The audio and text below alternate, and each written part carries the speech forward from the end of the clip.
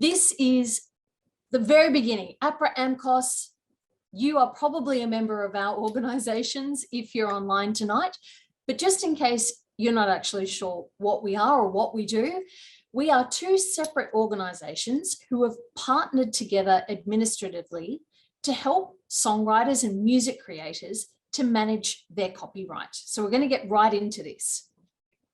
APRA is an acronym for the Australasian Performing Right Association. APRA helps songwriters to manage some very specific areas of copyright. Now, I should step back again and start right at the beginning. As soon as you are creating music, you're a songwriter, you're a composer, a beat maker, you're a music creator. As soon as you started to write music and putting it into some tangible kind of form, so it could be written down, it could be chord sheets, it could be full score notation, or it could be recordings, demo versions on your laptop, right through to fully mastered studio mixes. Any tangible way that your music exists beyond an idea and outside of your mind, this is where copyright protection comes in. So you've written a piece of music, you own the copyright in it. APRA, as the name suggests, is here to help you with a particular type of copyright that you own called the public performance right. So anytime your music is played in public, you actually have the right to control that, to give permission for the use and in exchange receive royalties. APRA actually helps with two other forms of copyright as well. We help with the communication right, which happens anytime your words and your music are transmitted via wires. So we could be talking about something like music on hold, telephone wires, or more often than not, we could be talking about the internet, so streaming. The third right that APRA is going to help you with is the broadcast right. And that's just as it sounds, radio and television broadcast. So APRA, three rights. AMCOS, a different organisation, different ABN, different membership even. And AMCOS is going to help you out with just one particular area of copyright. That is the mechanical or reproduction copyright. That's going to happen anytime your words and your music are being copied or reproduced in some way. So if you think about the mechanical process of your song being printed onto vinyl, printed onto paper, like sheet music, or again, more often than not these days, a digital copy like a download. That is where your mechanical copyright comes into effect. So you've got APRA, you've got AMCOS. Both organisations are working for music creators. And in a nutshell, we are a rights management organisation. So you're the creator, you own the copyright. You assign your rights to us and we help you to manage them. We act as a go-between. You, who owns the copyright, and the end user or the music user. Anyone who wants to make music available or reproduce music, that's going to be a music user. And that could be anyone from a local cafe, restaurant, hairdresser, a pub, nightclub, major music venue, even Spotify, Netflix, anywhere that music is being made available to the public, communicated or copied, that's a music user. So we're working in between you as the copyright owner and the music user to act as a conduit. Because if you think about it, it would be incredibly difficult for you to try and negotiate licenses and invoice everybody and collect royalties from every single company or person who might ever listen to your music. Then think about trying to do that on a global scale. So APRA AMCOS has what are called reciprocal arrangements with other collecting societies all around the world. That means that if your music gets performed overseas, Japan, Germany, France, the USA. There are collecting societies in those territories doing exactly the same thing that we do. And we exchange the royalties. So if your music gets played overseas, the collecting society in that country will do the licensing, collect the royalty, pass it back to us, and we pay you because you're our member. We then do the exact same thing in reverse. So we're licensing and collecting royalties in Australasia, taking that money and passing it to any of the societies overseas when their writers' work is played here. Now, this is a really important thing to note. A lot of people misunderstand and they think that they join APRA and AMCOS to copyright protect their music. And this is actually not the case at all. Under Australian copyright law, and by extension throughout the world, as soon as that tangible form that I was talking about, those demo tapes, the rough drafts of lyrics and things, as soon as you've got that tangible form of your work, that's where the copyright protection starts to come into effect. So if for some reason you ever had to defend yourself as the original creator of something, it's actually all of your demos and your rough drafts that you would be taking to show you made this before anybody else. APRA and AMCOS membership just allows you to be paid for when your music is being used, performed or copied. Now, again, coming back to the Copyright Act we have here in Australia, it actually exists in such a way that once you've passed away, the copyright remains in place for another 70 years. And for our friends across the Tasman, it's actually 50 years currently in New Zealand. So even after you've passed away, copyright is still there, which means your family, maybe if you go on to have children or your spouse or whoever it might be, they're able to then give permission for the use of your work and continue to receive royalties.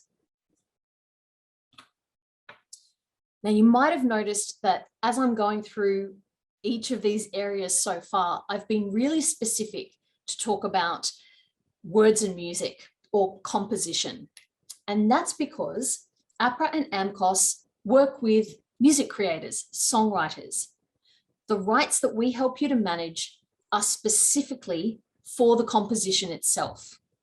But of course, it's very, very common for a song to be recorded and released. That recording of the composition, sometimes called the master, has its own copyright attached. So the words and the music have copyright, the sound recording separately has copyright. And that's why we're here with the PPCA tonight. You can see on this diagram in front of you, APRA and AMCOS are going to pay songwriters whenever the composition is played or copied. Separately, that sound recording of the song, that might not have the same owner. The person who wrote the song doesn't necessarily record it. If you think about some of today's biggest stars, they don't necessarily write their own music. If you own both, musical work and sound recording, you may find that it's a benefit to be a member of both APRA and AMCOS and the PPCA or Recorded Music NZ, New Zealand. And then you may also find you're entitled to royalties through a record label or even a digital aggregator. I will let Lynne go into detail on that, so I'm not going to spend too long on the rights of the sound recording. But coming back again to APRA and AMCOS, what I know about, what I'm here to talk about. APRA, again, looking after these really specific royalties for you. So anytime you play live and you perform your own works, you receive a royalty for that. We will pay you for playing your own stuff live. Anytime that your work gets broadcast, even a community radio broadcast could get you a royalty. Streaming on Spotify, Google Play, Amazon Music, all of these could end up with royalties landing back in your bank account. And then, of course, any kinds of background music in retail shops and cafes and things like that. Now, AMCOS, again, more specifically looking after those copies. So if the music that you have written gets reproduced in a physical way, vinyl, CD, DVD. If it gets printed up as sheet music, that could also be an AMCOS royalty for you. And you'll see there on the slide a right called synchronization. Now, this is a really sort of niche kind of area. Synchronization occurs anytime your composition is set to visual media. That could be film, television, but it could also be YouTube or Facebook video, TikTok videos. There's synchronization anytime words and music are put to a video like that. So AMCOS, in select circumstances, can collect for you when your music is synchronized. We can do this by request. So if you, as a copyright owner, approach us and say, hey, I've got a film producer who wants to use my song, could AMCOS negotiate the license? We can. You just have to ask. However, we don't have to do it. You actually retain the right of synchronization, and you can directly license your own sync rights. Now, hopefully most of you here knew this one, but just in case you weren't sure, joining APRA and AMCOS is totally free. There's no fee to join. There are no ongoing membership dues, 100% free, and it remains in place throughout your lifetime. Of course, if you wanted to transfer to another society, perhaps you move overseas and you decide that's a better idea, we can help you with that. But otherwise, we're not too bad. We do an okay job. So join and you're set. There are only 3 criteria to join APRA and AMCOS. 1, you have to have written or co-written original music. 2, that music has to have been made available to the public in some way, because again, we're collecting public performance royalty. So if you've written music, but it's not available to the public, we don't really have a purpose. So it has to be out there in the public some way. And then 3, you can't be a member of any other performing right organization. And again, that comes back to the fact that we're collecting for you globally through our agreements with all of those PROs overseas. And when you are a member of APRA and AMCOS, you will let us know what songs you've written. You're going to create basically a copyright record telling us song title details, who wrote the song, and how we need to pay it. This is called a work registration. And when you become a member, you get access to what's called the writer portal. You can access it on our website, or we also have a mobile phone app. Creating a work registration is really, really simple, but there are some things that you should keep in mind. Whoever you list on this registration as a copyright owner is going to be paid the royalties you tell us that they're due. That copyright ownership, don't forget, remains in place throughout their life plus 70 years, the length of copyright. So while we can change a registration, it needs the permission of every single person that's already registered as a writer. So if you've got 4 people in a band, you give everybody equal shares, 25% each, because that's just how you've decided to do it. And then the bass player leaves and you decide you'd like his 25% back. Unless he agrees to it in writing, he keeps the 25%. And that's purely because you've told us, and perhaps he truly did, contribute 25% of the work to the creation of that song. Therefore, the copyright and the royalties from that copyright are due to him or her. If you are a published writer, as in you've signed a publishing deal, and that could be with an online company like CD Baby Pro or Ditto Music, but it could also be a full-scale publishing house like Warner Chappell, Mushroom, or Sony. If you've got a publisher, they're actually going to register songs on your behalf. If you're independent, you do it yourself. Just tell us the writers. Otherwise, a publisher has access to our system and they will give us all the information we need. And here's the information we need. It's so easy. Only 4 pieces of information are mandatory. 1, we need to know what the song is called. That seems pretty straightforward. 2, we need to know who wrote it. We also need to know the role of each person. So composer, author, or both. Composer usually indicates that person only contributed to the music. Author means they contributed to lyrics, and both means they wrote both. The 4th piece of information are those all-important royalty splits. So whether you're doing even 50-50, or whether you're doing splits that change depending on who actually contributed a certain amount, whatever you decide, it's all good. The key is get it in writing and then register it with us. Simple. As soon as we have this registration, we'll start to process it. Now, we have a team of maybe 4 people, maybe not even 4, that do all of these registration processing, all of it. It's crazy the amount of volume that they're dealing with. So it can take a little bit of time, but rest assured, as soon as you have entered the information into the system, we have everything we need to start collecting royalties.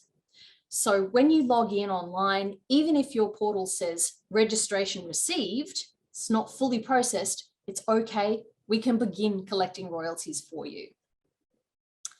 You can also immediately start filling in live performance reports. Remember, I told you you get those royalties every time you play live. That's through a live performance report. And a live stream report, which is basically live performance, but streamed on Facebook, YouTube, Instagram, or TikTok. So both of those, as soon as you register the song, you can start claiming performances. We also upload all of our song registrations into an international database. And again, this is for our affiliates overseas. So if your music starts getting played overseas, they can just check the database. They'll see that we have uploaded all the information that you've given us, and they'll pay the royalties accordingly. You might notice that some of your songs have what's called an ISWC, which is an international standard work code. Oh gosh, I have that. Yeah, that's it, musical work code. I had to think about it. That particular code identifies a specific song, but we can't issue you one of those codes until every single writer on the work is registered with a PRO like APRA. So if you ever see that some of your songs don't yet have that code, that could be the reason why. So just check with your co-writers. Again, we can still collect the royalties. You don't need that code to get royalties. And speaking of which, royalties. So we pay these on a really regular basis. Our main payment distributions, that's the word we use, distributions, go out every quarter. The quarterly distributions contain everything that we've collected within our own territory. So it's the majority of the money that we are paying out. As you can see there on your screen, those go out in February, May, August, and November. It's a good time for most of our members. This is what they look forward to. In between each of those, we do pay little mini distributions, and those mini ones will include anything that we've received from overseas, so any payments that have come in from our affiliate societies, and also any adjustments that we've had to make. So if there were changes to the splits on a song, or if maybe a society overseas had some incorrect information and that got corrected and fixed up, any little fixes basically will come through in a mini. If you're a member of AMCOS as well, you still get quarterly payments. They just fall in the month after the APRA payments. In your writer portal, where you're registering your songs and logging your live performances, you'll also find a calendar that lets you know which payment is coming next. All of your APRA royalty statements and remittance advice after you've been paid is found in your writer portal. If you've got any AMCOS mechanical royalties, you actually get your statements and remittance emailed directly to you. So keep an eye on your inbox. And a little bit more here on those international royalties. This just helps to give you a bit of a breakdown on what I've kind of covered in a few different ways, but just so you rest assured, whether you're a writer, publisher, or a music customer here in Australia, you're going to be licensed by APRA, and our affiliates are doing the same thing overseas. We then exchange royalties. So we're always going to pay you as our member, we pay our publisher members, and we then pass along any royalties for our affiliates overseas. And I think I've done that in record time. If you ever need to get in touch with us, please don't hesitate. We have amazing writer services staff who would love to hear from you. So please email us either on writer@APRA or nz@APRA. Get in touch. We've got live chat. You can, of course, give us a call as well. If you ever need to get in touch with our NATSAMO, our National Aboriginal and Torres Strait Islander office, which deals specifically with our First Nations members, reach out to them as well. But otherwise, I will stop sharing and let's see how we did.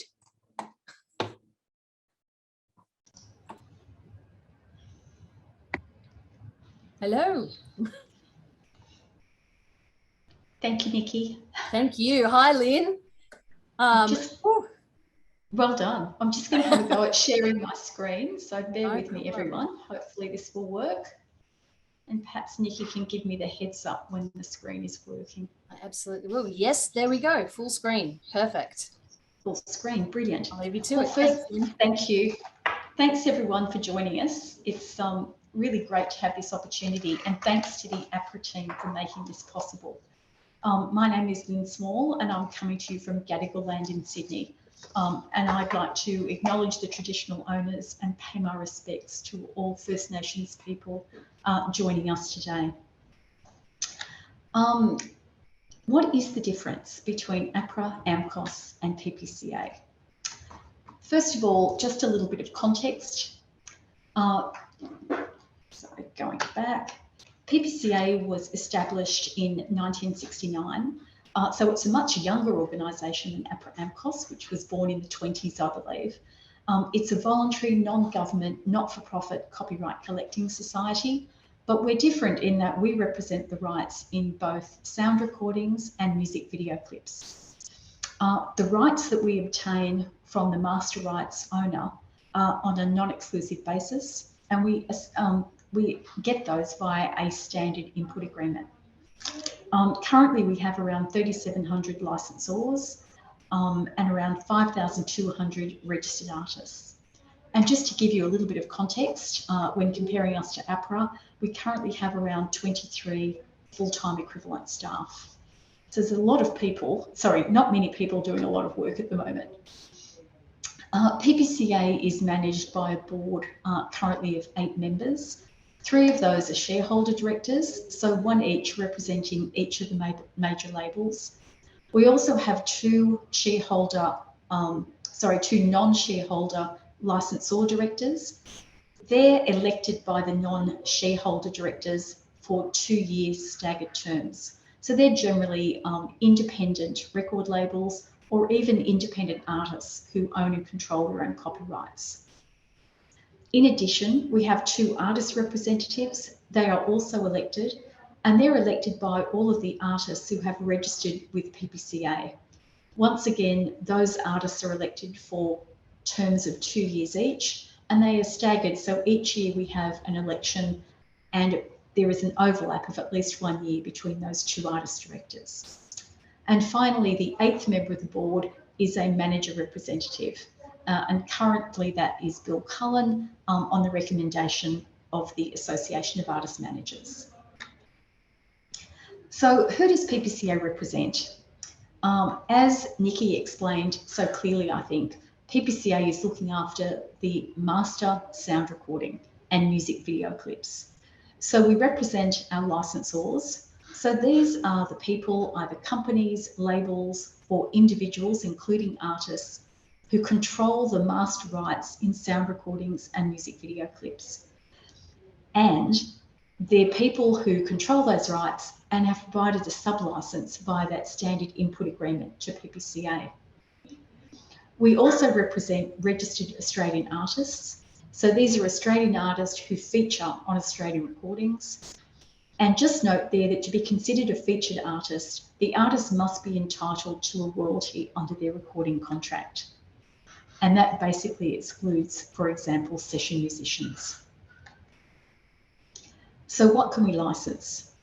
Under the terms of that standard input agreement, we can license for both sound recordings and music videos, public performance, broadcast, communication, and some limited reproduction to support those activities. Now, you'll notice that they overlap to quite a large degree to the rights that Nikki outlined in relation to APRA and some for AMCOS. In public performance, I suppose an important thing to remind everyone is we're talking about the public performance of sound recordings. So when you go and play a live gig, that's fantastic, and I'm very pleased that you'll get some payments from APRA. But you'll appreciate that if there is no use of a sound recording, PPCA is not relevant in that instance. We cannot sell a license for that, and so there is no income from a live performance, a truly live performance from PPCA. I thought it was worth mentioning OneMusic Australia, something you may have heard of. OneMusic Australia is a joint initiative between APRA and PPCA. It was launched in July 2019, and really it was all about trying to streamline the process for particularly small business users of public performance licenses. If you imagine all of the places that you might throughout the day hear music being played, whether it's when you're in the local butcher or the fitness centre or on a visit to the dentist, many of those businesses are not skilled in copyright, some of them not even aware of copyright. And so it's important that there is a simple way to streamline that licensing process for them. And OneMusic Australia was the initiative of PPCA and APRA to try and deal with that problem and make it easier for those users of music to get the licenses they need. What we have tried to do is build single licenses that cover both the musical work and the sound recording, and where necessary, the music video clip. But all of those licenses need to include the opportunity for the users to get partial licenses where they need one. For example, if they are only playing truly classical music that is out of copyright from a composition point of view, a rare instance I imagine, they wouldn't need the APRA part of the license, and they would only need the sound recording side. Similarly, if it's someone who is playing their own sound recording, perhaps they've created a cover version of someone else's musical work, they wouldn't then need to get a license for the sound recording component, but they absolutely would need a license for the musical work. And the OneMusic licenses have to be able to accommodate those variations. So just trying to hone in now on the true differences between APRA and PPCA. We've already talked about the most obvious one, what we're actually licensing, which is the work versus the sound recording and the music video clip. But some other differences are how we get our rights from the rights controller. APRA generally takes an assignment of rights. PPCA is taking a non-exclusive license. And that does mean that PPCA is not a monopoly in terms of the blanket license that we offer. And really anyone who signs up with PPCA as a rights owner or a PPCA licensor is always able to license in competition with us and offer a direct license when and where they choose. As I mentioned, APRA can license live and recorded use, whereas PPCA can obviously only license the use of recordings and music videos.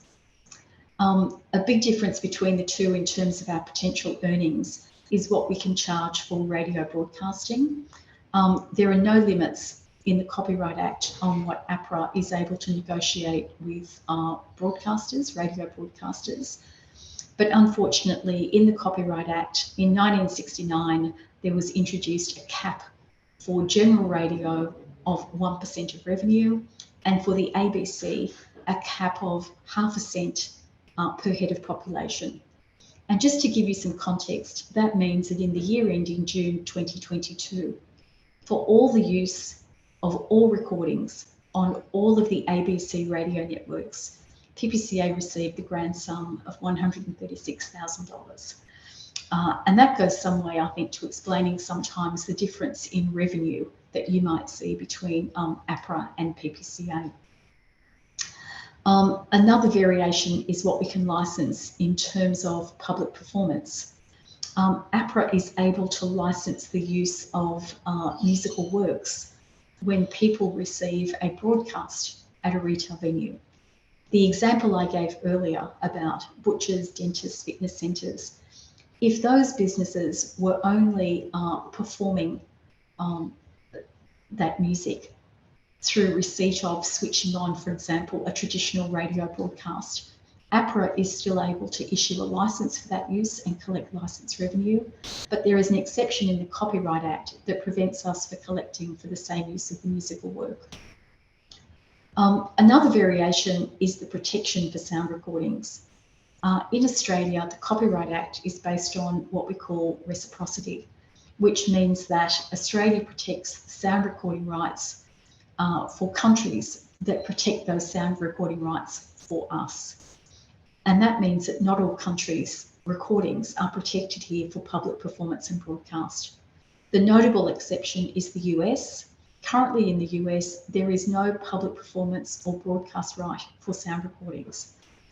And that means that while APRA can collect on behalf of a US recording, PPCA is unable to. And that is another variation in the level of licence fees that we are able to collect. In terms of distributions, how we get our money out to our stakeholders, PPCA allocates its surplus for each financial year, which ends on the 30th of June, by the 31st of December each year. So we're sending out, we like to think of it as our Christmas gift. We generally get all the distributions issued by around the 18th or 19th of December. All payments are accompanied by really detailed track level statements. We hold no funds over. All amounts are allocated. The only things that are held is when money has been allocated to a disputed track. That's where two different owners are disputing the ownership. And in that instance, we hold that money until the dispute can be resolved, and then it can be immediately paid through.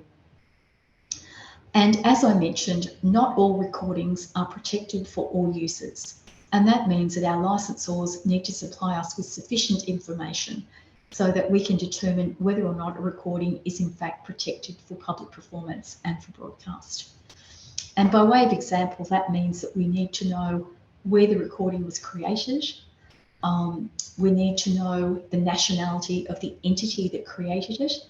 And we also need to know the nationalities of the performers on the recording, because all of those factors go to determine whether or not that recording is protected in Australia for public performance and broadcast.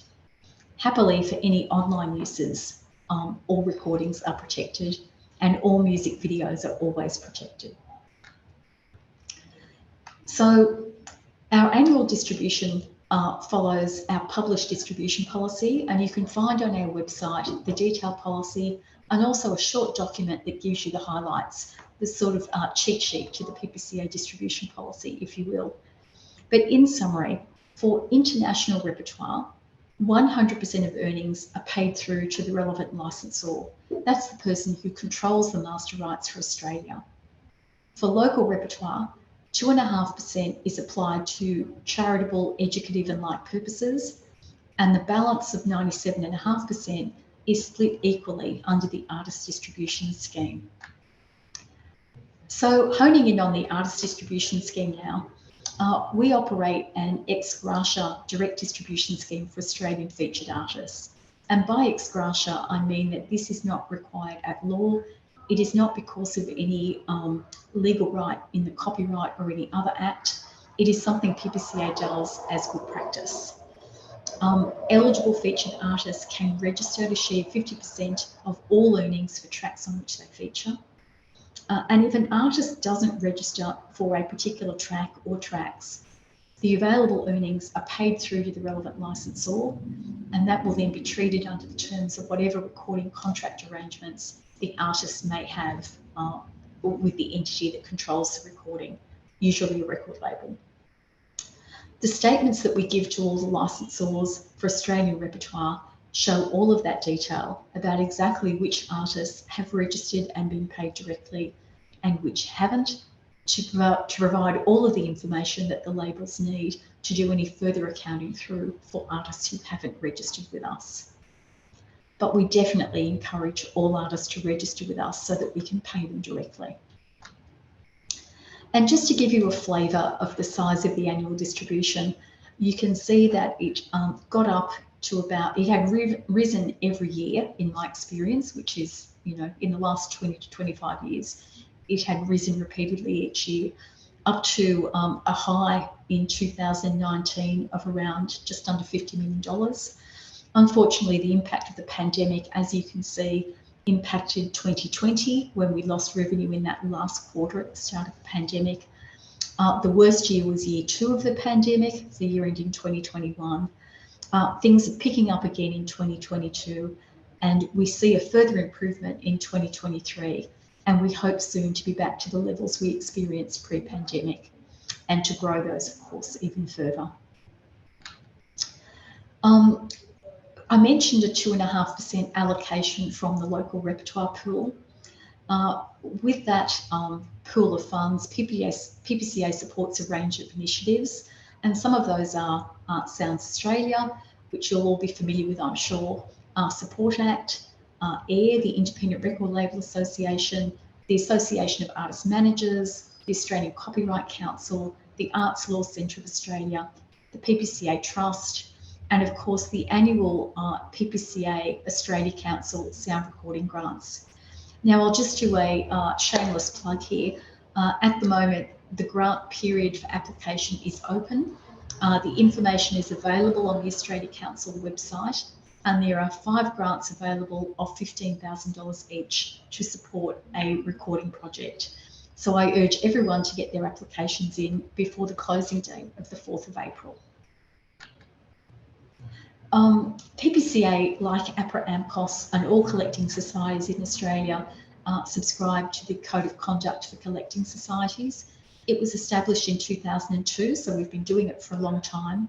And each year there is an independent review of each society's compliance with the code. And there is a public report which you can find on the websites of APRA AMCOS and PPCA to see how your collecting society is faring in terms of its compliance with the code. And I'm happy to say that, you know, touch wood, I don't think APRA or PPCA have ever had a negative report from the code reviewer, and we all aim to keep it that way. Every 3 years, quite separately, a further independent review is undertaken of the code itself to make sure that the terms of the code continue to be relevant and effective. And that is a public process which anyone can contribute to. Information is always available on both of our websites. Just honing in on some further differences, I mentioned the broadcast caps, which we believe, you know, are horrendous and shouldn't exist. There is no other form of copyright in the Act that is subject to these caps, and it only relates to radio broadcasts. We have been lobbying for many years to try and have that removed. We even tried going to the High Court, which was unsuccessful, but you will often hear PPCA out beating the drum and trying to talk to government about rectifying that inequity, because it definitely is a huge cost to the recording industry, virtually forcing us to subsidise commercial radio, which appears to be doing pretty well. There's also the difference I mentioned between public performance when music is played from a traditional broadcast where we can't collect. And there is also a further exception which allows schools to publicly perform music without any licence fee, which isn't the case for the musical work. Happily, APRA AMCOS is able to collect from schools for the extensive use of musical works in the education sector. All of these are items that we would be trying to get rectified over time. So if you are someone who features on Australian recordings, I definitely urge you to register. It is free to join and it is a simple process. If you go to the PPCA website, www.ppca.com.au. There is a big square that says Artist section, and there you will find everything you need to register. Basically, on a one-off basis, we need to understand about you, your name, your address, your contact details, your tax status. And then on an ongoing basis, we need to hear from you as you release new recordings so that we can update your registrations. As I said, under the Artist Direct scheme, that is an ex gratia scheme, and it is not based on any entitlement at law. If you're an artist who appears on recordings, you're a featured artist, we will only have earnings for you if the person who controls the recording or the entity that is the licensor for the master recording has registered with us so that we represent that repertoire in this territory. And finally, and an important point, artists need to proactively register their repertoire. If you don't register for particular tracks, that income will be paid to the rights owner, and then it is up to them to distribute on the basis of the contract. But if you register with us, you'll receive a direct payment instead, and it won't be subject to any recoupment arrangements you may have with your record label.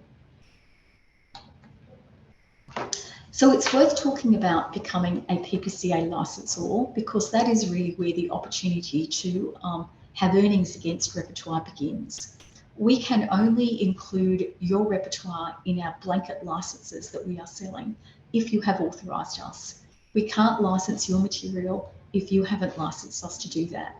And we achieve that through the completion of our standard input agreement, which is available in the label section of our website. We ask you to complete an initial registration form, and that form helps us complete that executable contract that we can send to you to then complete. Once we've got that in place, all you need to do on an ongoing basis is advise us of your repertoire as you release new recordings. Let us know of any additions, and also if you are a record label and you lose some repertoire to another label, you do need to update us of those changes as well. So things to note, and I'm reiterating this at this point, if the rights owner, the person who controls the master rights for Australia, isn't a PPCA licensor, there will be no licence fees earned for that repertoire. So all licensors need to have what's called a direct licensing policy. That is an ACCC requirement for PPCA licensors. It is not something that we have imposed. But the Arts Law Centre of Australia will provide free advice on the standard input agreement and to help licensors create their direct licensing policy. PPCA funds the Arts Law Centre to provide that advice on a free of charge basis because it is our agreement and it's not appropriate for us to give you advice on our own agreement. But the Arts Law Centre are very experienced and familiar with our standard input agreement and will be able to answer any questions or deal with any concerns any potential licensor might have.